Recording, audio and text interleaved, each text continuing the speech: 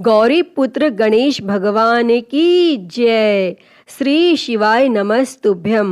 शिव संपदा चाहे नहीं, शिव को भाता भाव। मन रमजा शिव भक्ति में, भागे भूत अभाव। तो सभी प्रेम से बोलिए श्री शंकर पार्वती भगवान की जय। प्रिय भक्तजनों, आज सावन मास का दूसरा सोमवार है और कहते हैं कि इस दिन भगवान शिव और माता पार्वती की कथा और सावन के सोमवार की व्रत कथा को सुनने से अनंत शुभ फलों की प्राप्ति होती है। यह मनुष्यों के सभी पाप और संकट कट जाते हैं तथा मनोकामनाओं की पूर्ति होती है। तो आज हम इस वीडियो में भगवान शिव और माता पार्वती की बड़ी ही दुर्लभ कथा को सुनेंगे। तो आप सभी भक्तजन इस कथा को पूरी श्रद्धा, ध्यान पूर्वक और प्रसन्न चित्त मन से सुनिए। तो आप सभी प्रेम से बोलिए श्री उमापति शंकर भगवान की जय। सर्वदेवी देवता की जय। एक समय की बात है, एक गांव में भगवान शिव जी का परम भक्त एक ब्राह्मण रहता था। वह ब्राह्मण जब तक रोज सुबह ब्रह्म मुहूर्त में उठकर नित्य कर्मों से निवृत्त होने के पश्चात भगवान शंकर का पूजन नहीं कर लेते थे, तब तक उन्हें चैन नहीं पड़ता था और जो कुछ भी दान दक्षिणा में आ जाता उसी से वह ब्राह्मण अपना गुजारा करते थे। और दयालु इतने थे कि जब भी कोई जरूरतमंद मिल जाता तो अपनी क्षमता के अनुसार उसकी सेवा जरूर करते थे। और इस कारण शिवजी के परम भक्त ब्राह्मण देवता गरीबी का जीवन व्यतीत कर रहे थे। और ब्राह्मण की इस दानी प्रवृत्ति से उनकी पत्नी उनसे चिढ़ती तो थी, किंतु उनकी भक्ति परायणता को देख उनसे अत्यधिक प्रेम करती थी।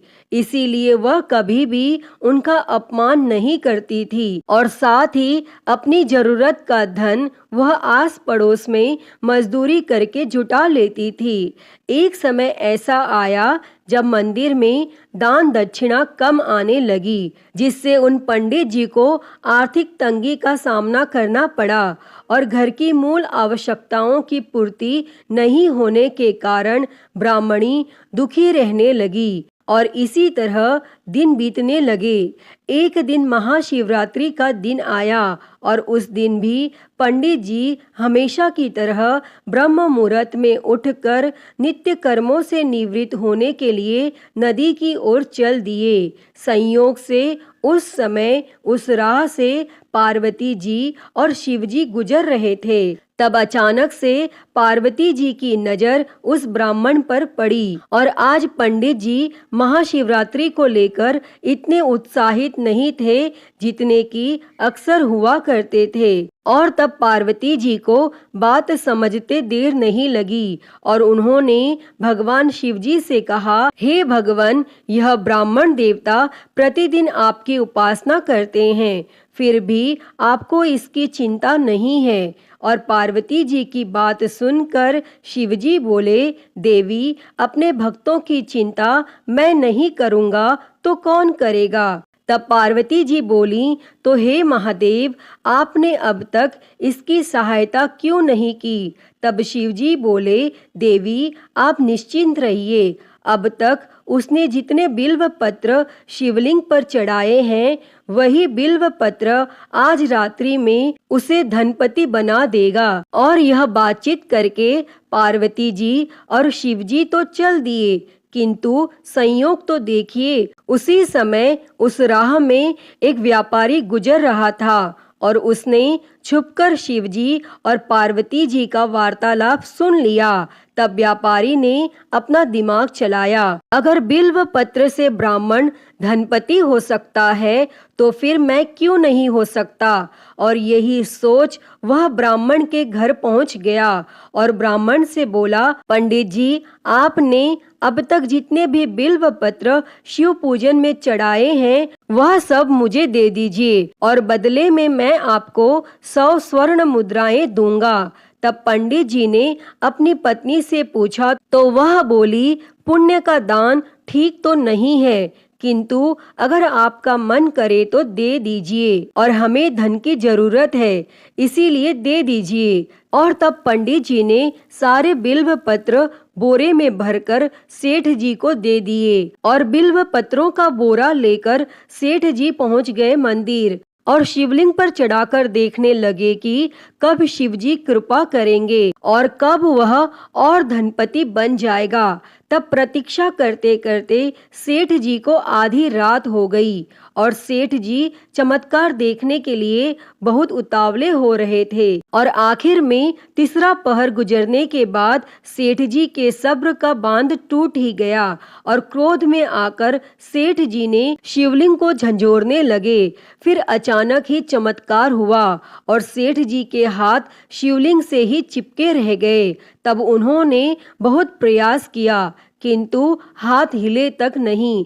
थक हार कर सेठ जी शिव जी से क्षमा याचना करने लगे। तो शिव जी बोले, हे लोभी सेठ, जिस ब्राह्मण से तूने यह बिल्व पत्र खरीदे हैं उसे 1000 स्वर्ण मुद्राएं दे, तब जाकर तेरे हाथ छूटेंगे। और प्रातः काल जब पंडित जी पूजन के लिए आए तो उन्होंने देखा कि सेठ जी के हाथ शिवलिंग से चिपके हुए हैं और सेठ जी रो रहे हैं। तब उन्होंने पूछा तो सेठ बोला, पंडित जी, शीघ्रता से मेरे बेटे को 1000 स्वर्ण मुद्राएं लेकर मंदिर आने को कहिए। तब पंडित जी ने सेठ के बेटे को बुलाया और सेठ ने वह स्वर्ण मुद्राएं ब्राह्मण को दिलवा दी। तब जाकर सेठ के हाथ शिवलिंग से छूटे, और यह देखकर पार्वती जी शिवजी से पूछती हैं, हे नाथ, आपने अब तक अपने भक्त को कोई धन नहीं दिया। तब शिवजी बोले, देवी, मेरे पास कहाँ धन है जो मैं दूंगा, किंतु मेरा भक्त अब गरीब नहीं है, यह तुम स्वयं देख लो। और 1000 स्वर्ण मुद्राएं मिलने के बाद ब्राह्मण और ब्राह्मणी सुखी से अपना जीवन यापन करने लगे। अतः हे भगवान शिव जी, हे माता पार्वती, जैसी कृपा आपने उस ब्राह्मण पर की, ऐसी ही कृपा इस कथा को कहते, सुनते और हुंकारा भरते सभी पर करना। तो सभी प्रेम से बोलिए, शंकर पार्वती भगवान की जय। तो प्रिय भक्तजनों, आइए अब मनोकामनाओं को पूरी करने वाली दूसरी कथा को सुनते हैं। इस कथा को सुनने से ही व्रत संपूर्ण माना जाता है। उससे पहले आप सभी प्रेम से बोलिए, भगवान भोलेनाथ की जय, माता पार्वती की जय। किसी नगर में एक साहूकार रहता था। उसके घर में धन की कोई कमी नहीं थी, लेकिन उसकी कोई संतान नहीं थी, जिस वजह से वह बेहद दुखी था। पुत्र प्राप्ति के लिए वह भगवान शिव के प्रत्येक सोमवार का व्रत रखता था और पूरी श्रद्धा के साथ शिवालय में जाकर भगवान शिव और माता पार्वती जी की पूजा करता था। उसकी भक्ति देखकर माँ पार्वती प्रसन्न हो गईं और भगवान शिव से उस साहूकार की मनोकामना पूर्ण करने का निवेदन किया। पार्वती जी की इच्छा सुनकर भगवान शिव जी ने कहा कि हे पार्वती, इस संसार में हर प्राणी को उसके कर्मों के अनुसार फल मिलता है और उसके भाग्य में जो हो उसे भोगना ही पड़ता है।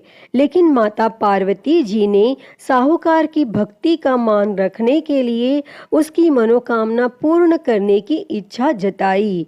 तब माता पार्वती के आग्रह पर भगवान शिव जी ने साहूकार को पुत्र प्राप्ति का वरदान तो दे दिया, लेकिन साथ ही यह भी कहा कि उसके बालक की आयु केवल 12 वर्ष होगी। तब माता पार्वती और भगवान शिवजी की इस बातचीत को साहूकार सुन रहा था। उसे ना तो इस बात की खुशी थी और ना ही गम।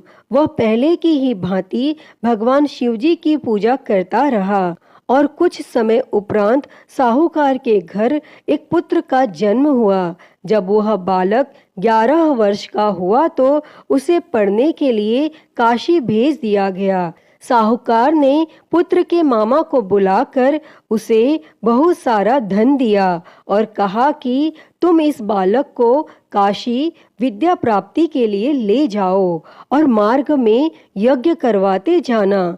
जहाँ भी यज्ञ कराओ वहीं पर ब्राह्मणों को भोजन कराते और दक्षिणा देते हुए जाना। और दोनों मामा भांजे इसी तरह यज्ञ कराते और ब्राह्मणों को दान दक्षिणा देते काशी की ओर चल पड़े। रास्ते में एक नगर पड़ा जहाँ नगर के राजा की कन्या का विवाह था, लेकिन जिस राजकुमार से उसका विवाह होने वाला था वह एक आंख से काना था। तब राजकुमार के पिता ने अपने पुत्र के काना होने की बात को छुपाने के लिए एक चाल सोची।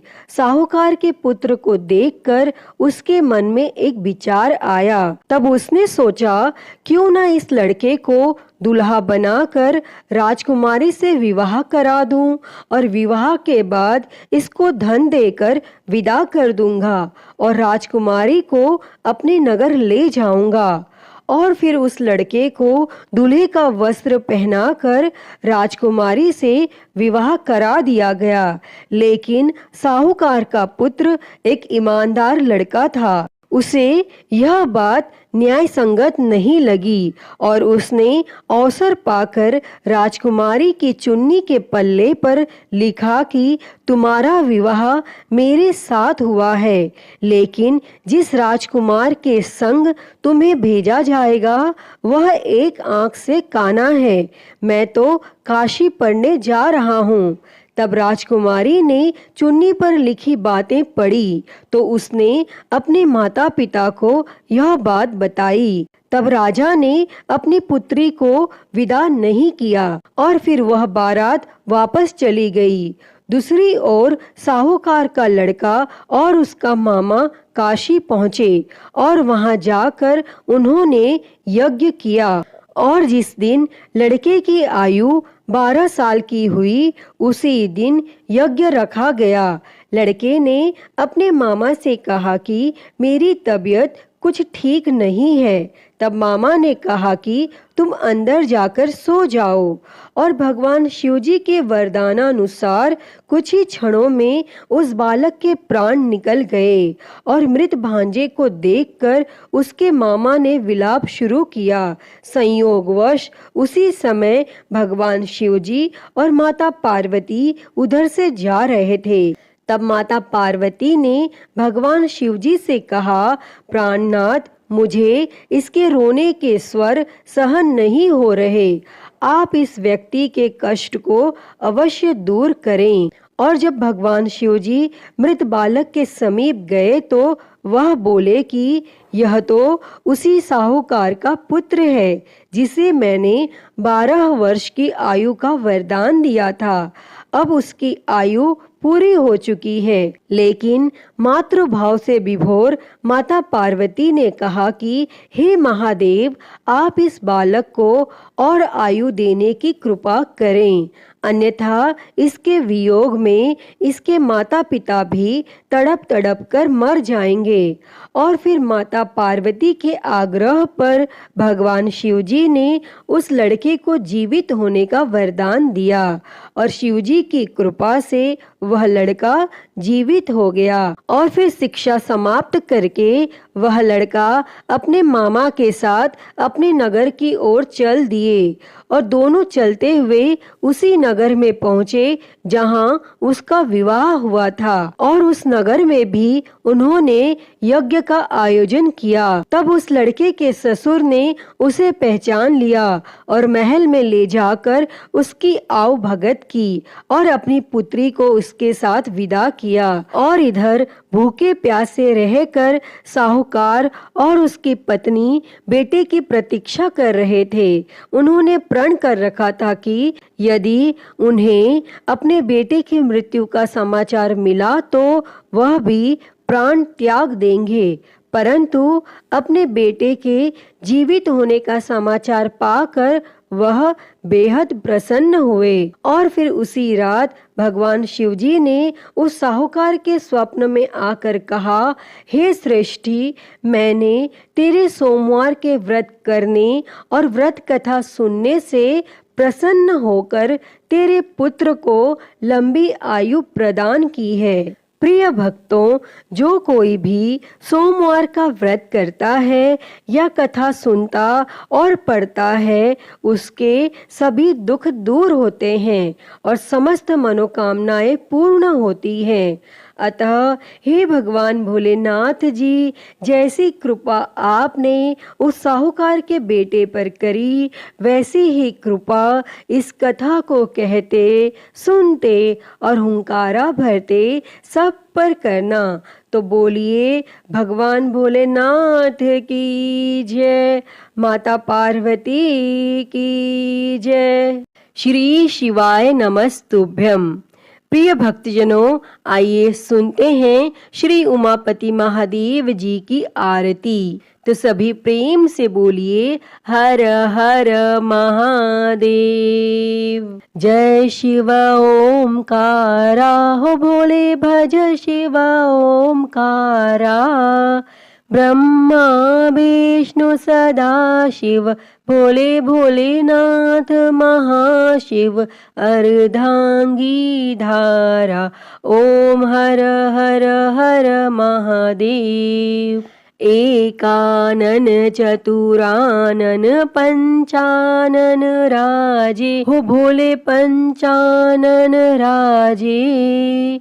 हंसासन गरुड़ासन, हंसासन गरुड़ासन। वृषवाहन साजे, ओम हर हर हर महादेव। दो भुज चार चतुर भुज, दस भुज अति सोहे, हो भोले दस भुज अति सोहे। तीनों रूप निरखता, भोले जी का रूप निरखता। त्रिभुवन जन मोहे, ओम हर हर हर महादेव। अक्षमाला बनमाला मुंडमाला धारी, भोले मुंडमाला धारी। चंदन मृग मद सोहे, चंदन मृग मद सोहे। भोले शुभकारी, ओम हर हर हर महादेव। श्वेतांबर पीतांबर बाघांबर अंगे, ओ भोले बाघांबर अंगे। सनकादिक ब्रह्मादिक, सनकादिक ब्रह्मादिक। भूतादिक संगे, ओम हर हर हर महादेव।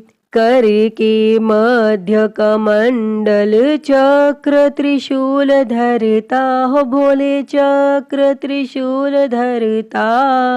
जग करता जग भरता, जग करता जग भरता। जग संहार करता, ओम हर हर हर महादेव। ब्रह्मा विष्णु सदा शिव आजीवन एका, हो भोले जानत अविवेका। प्रणव अक्षर के मध्य, ओम अक्षर के मध्य।